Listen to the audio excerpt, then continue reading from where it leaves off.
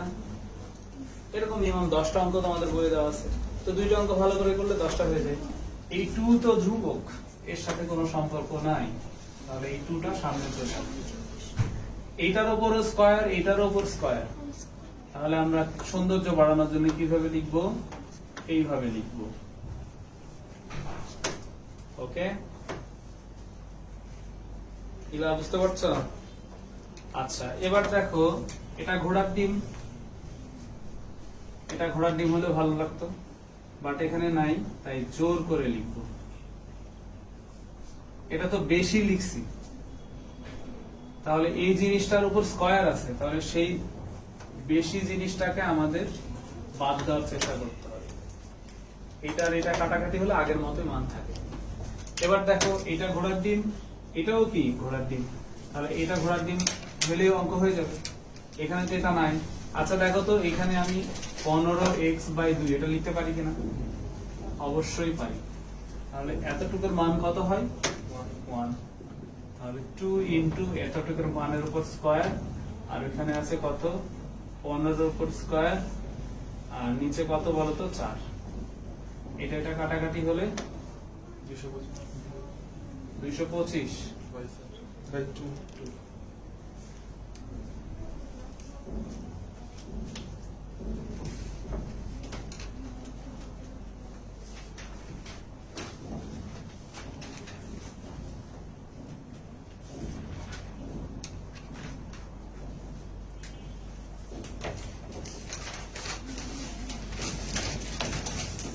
সবাই কি বুঝতে পারছে?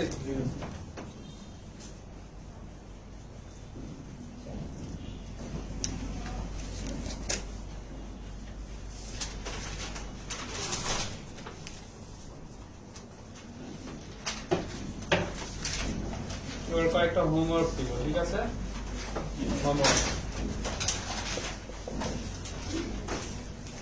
Homework number 1, limit x tends to 0 1 minus cos 3x by x square। এটা 2 number homework, limit x tends to 0 1 minus cos x by x। এটা 3 নাম্বারটা হচ্ছে limit x tends to 0 sin 3x by sin 4x equal what? এটা সকলের জন্য homework থাকবে, ঠিক আছে?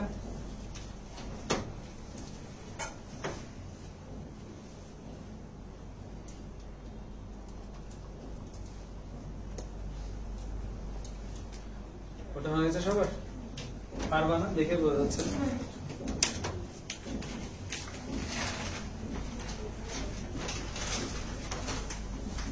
ওকে, এবার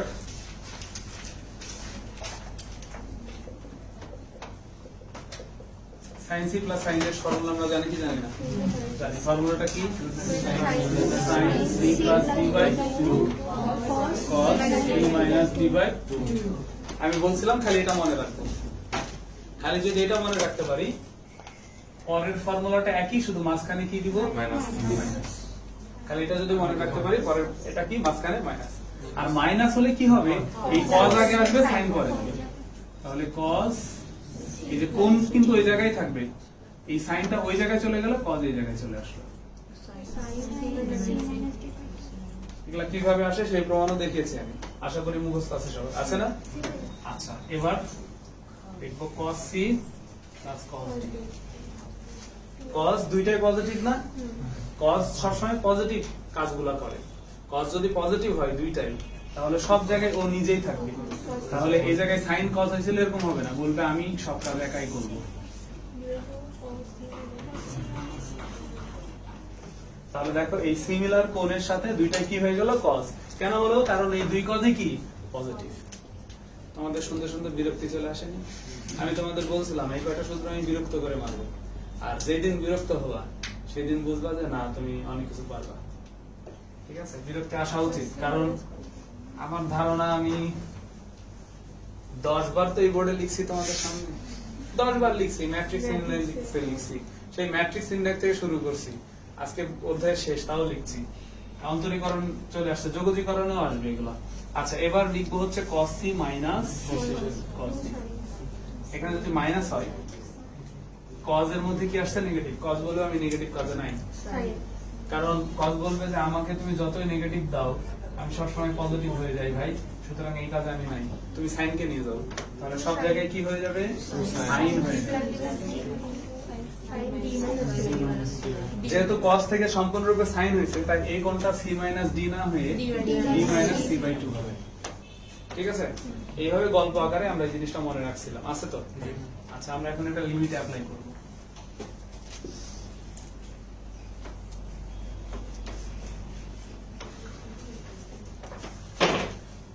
তো আমি একটা বোর্ডের কোশ্চেন নিয়ে নিলাম, সারাটা মনে নাই আমার। Limit x tends to 0 sin 7x minus sin x নিচে হচ্ছে sin 6x equal what?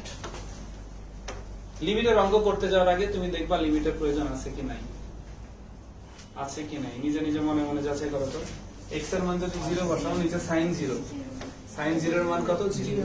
এটাও sin 0, এটাও sin 0, 0 থেকে 0 বাদ দিলে 0, 0/0। লিমিটের প্রয়োজন আছে কি না? আছে।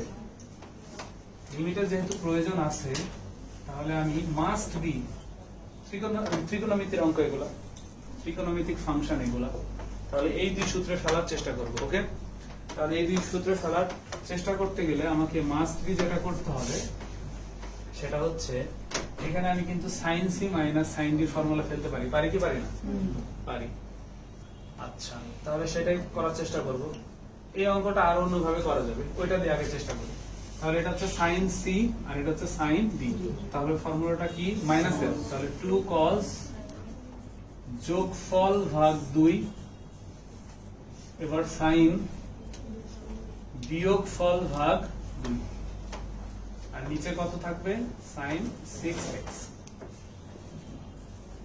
Limit x tends to 0। এই টুটা তো ধ্রুবক নাকি? লিমিটের কি সে পুত্র, কন্যা? সে কেউ না, দুঃসম্পর্কের আত্মীয়, দূর দূর করে তাড়িয়ে দিবে। তাহলে কি থাকবে এখানে বলতো? cos 4x, আর এখানে sin 3x, আর নিচে কত? sin 6x। এখন অনেকে যেটা করে, এটাকে আবার সূত্র ভাঙায়। আমি এত প্যাচের মধ্যে নিয়ে যেতে পারছি না তোমাদের।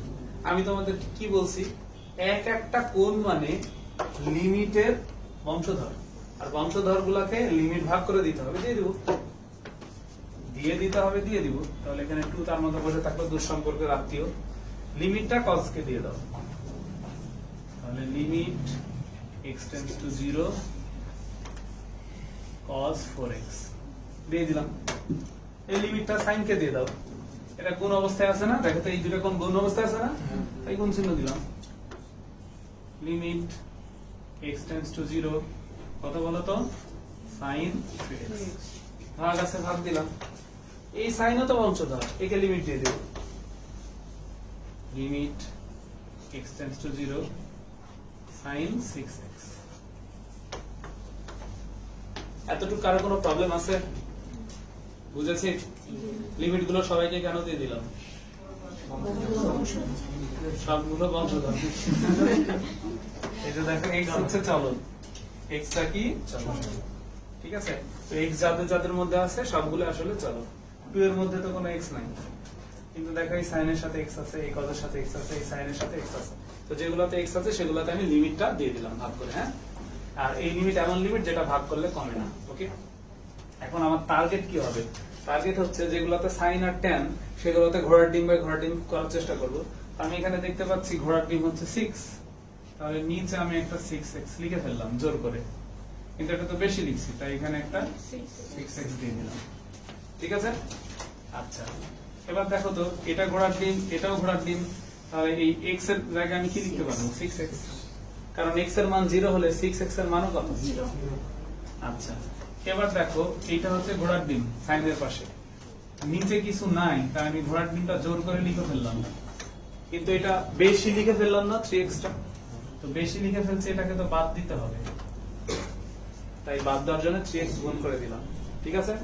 আচ্ছা, এটা ঘোড়ার ডিম, এটা ঘোড়ার ডিম, এখানেও তাহলে কি হওয়া উচিত? ঘোড়ার ডিম। এখন আমাকে একটা কথা বলো তো ভাই, এটার মান কত? এটার মান কত? 1। এই x কাটাকাটি, তাই কি না? এখন চিন্তা করছো cos এ কি করব? cos এর কোনো সূত্র আছে? cos এর কোনো সূত্র নাই, cos এর কোনো সূত্র নাই। ঠিক আছে? আচ্ছা, তাহলে আমরা কি করব? যার সূত্র নাই সেখানে সমস্ত ক্যালকুলেশন শেষ হলে লিমিট বসিয়ে দিব। ওকে, তাহলে দেখো এখানে 2 থাকে, আর এখানে x এর মান 0 বসিয়ে দাও, তাহলে cos 0। আচ্ছা, আর এখানে দেখো তো এটার মান কত থাকছে? 3, আর এটা 1 হলে নিচে কত থাকছে? 6। তাহলে এটা কাটাকাটি হলে 3, এটা কাটাকাটি হলে বার। cos 0 এর মান কত? 1। অঙ্কের आंसर কত তাহলে? 1।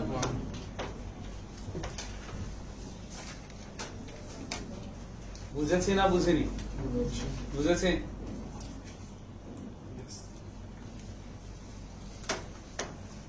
আরেকটা অঙ্ক করে ফেলবো, এটা শেষ অঙ্ক আজকের দিনে।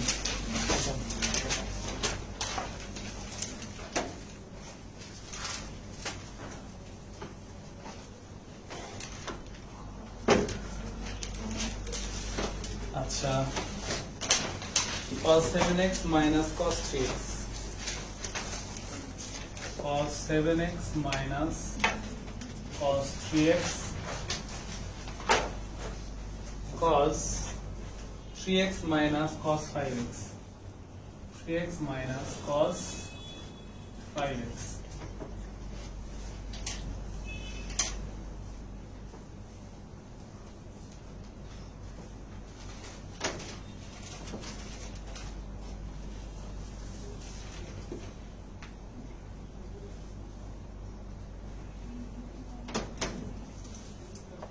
বা 9 হবে, যাই হোক 3 দিয়ে করি, ভুল থাকতে পারে। অঙ্ক করার আগে দেখবো কি লিমিট প্রয়োজন আছে কি নাই, মনে মনে যাচাই করে দেখো তো আছে কি নাই। cos 0 মান 1, cos 0 মান 1, cos 0 মান 1, cos 0 মান 1, তার মানে 0/0 লিমিট প্রয়োজন আছে কি নাই? আছে। তাহলে আমরা এখন যেটা করব সেটা হচ্ছে, যেহেতু ত্রিকোণমিতিক ফাংশন আছে তাহলে ত্রিকোণমিতিক লিমিটের মধ্যে সূত্র পড়বে, তাই দেখতে পাচ্ছি এটা হচ্ছে cos c minus cos d এর ফর্মুলা। তো মাইনাস cos, আবার মাইনাস cos কি মাইনাস হয়? বলবো আমি যেতে পারবো না, তুমি sin কে নিয়ে যাও বাবা। আর যখন সম্পূর্ণরূপে cos সম্পূর্ণরূপে sin এ পরিণত হবে তখন d minus c মানে এইটা থেকে এটা বাদ, 3x minus 7x by 2। নিচেরটার ক্ষেত্রে সিমিলার সূত্র।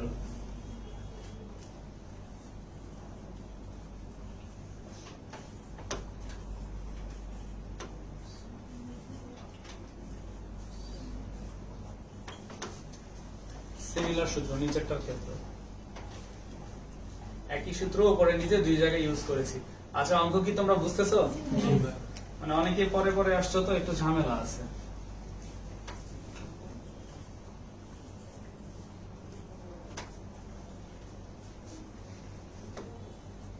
আচ্ছা, এবার ক্যালকুলেশন গুলো করে ফেলি। 7 আর 3 এ কত হয়? 10। 10 কে 2 দ্বারা ভাগ করলে কত হচ্ছে? sin 5x। এখানে 7 থেকে 3 বাদ দিলে থাকছে -4, 4 কে 2 দ্বারা ভাগ করলে sin -2x। এখানে sin কত থাকছে? 4x। এখানে sin কত থাকছে বলো তো? x। এখন আমরা সবাই কি জানি, সাইন এর মধ্যে যদি নেগেটিভ আসে সে সেটা হজম করতে পারে না, তাহলে এই নেগেটিভ চিহ্নটা সামনে চলে আসবে এবং এটা তো আসলে গুণ অবস্থায় আছে।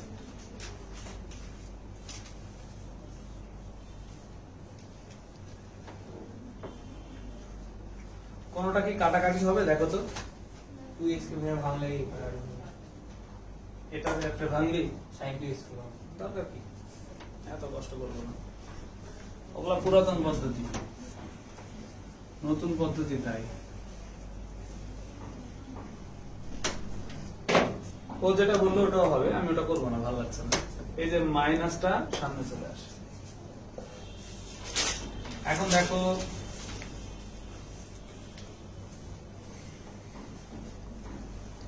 এটাও বংশধর, কারণ কি আছে এটাও বংশধর, এটাও বংশধর, এটাও বংশধরের মধ্যে লিমিটটা দিয়ে দাও।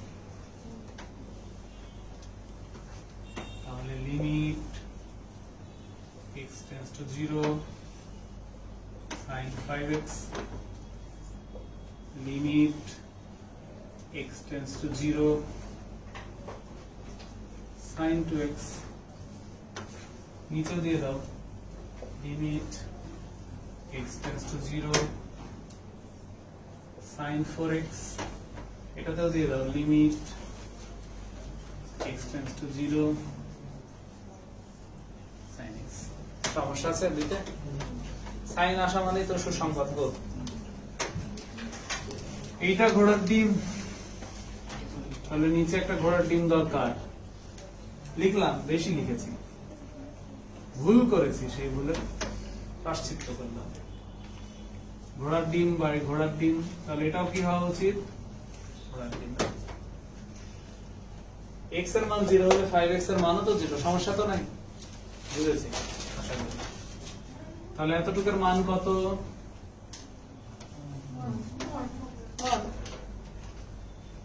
সাইন ঘোড়ার ডিম বাই ঘোড়ার ডিম, পাশে সেই ঘোড়ার ডিমের মান কত? 0 এর কাছাকাছি, তাহলে তার মান কত হয়? 1। এবার এটা সাইন, এটা হচ্ছে ঘোড়ার ডিম, তাহলে আমি এখানে ঘোড়ার ডিম লিখলাম, বাট ঘোড়ার ডিম বেশি লিখেছি, তাই সেই ঘোড়ার ডিম কাটার জন্য পাশে গুণ দিলাম। এখানে ঘোড়ার ডিম, এখানে ঘোড়ার ডিম, তাহলে এখানে ঘোড়ার ডিম হতে হবে, তাই 2 লিখে দিলাম। এবার এটার মান কত জানি? 1। এটা ঘোড়ার ডিম, নিচে ঘোড়ার ডিম নাই, লিখে ফেললাম। ঘোড়ার ডিম বেশি লিখছি, তাই সেটা লিখলাম। এখানে ঘোড়ার ডিম দরকার, মান কত? 1।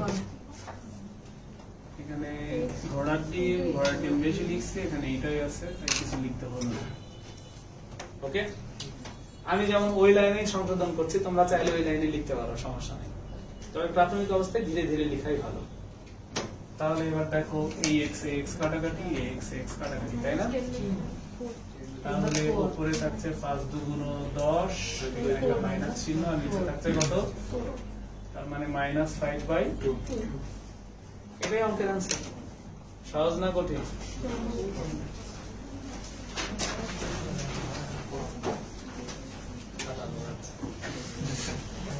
তো শয়তান সব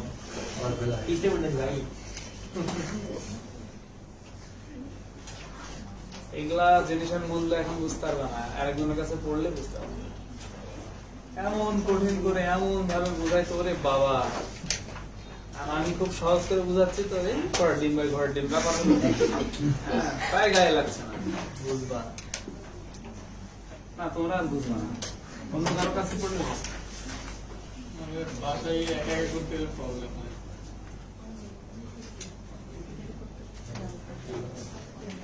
একটা অঙ্ক হোমওয়ার্ক দেব।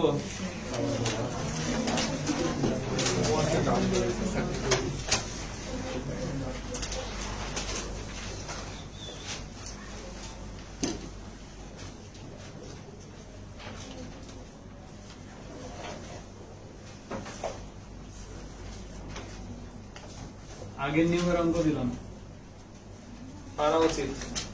1 এবং সহগ ভিন্ন কজ, পারবো? অ্যাক্সিডেন্ট হওয়ার পর সব ভুলে গেলেও এই সূত্র ভোলা যাবে না।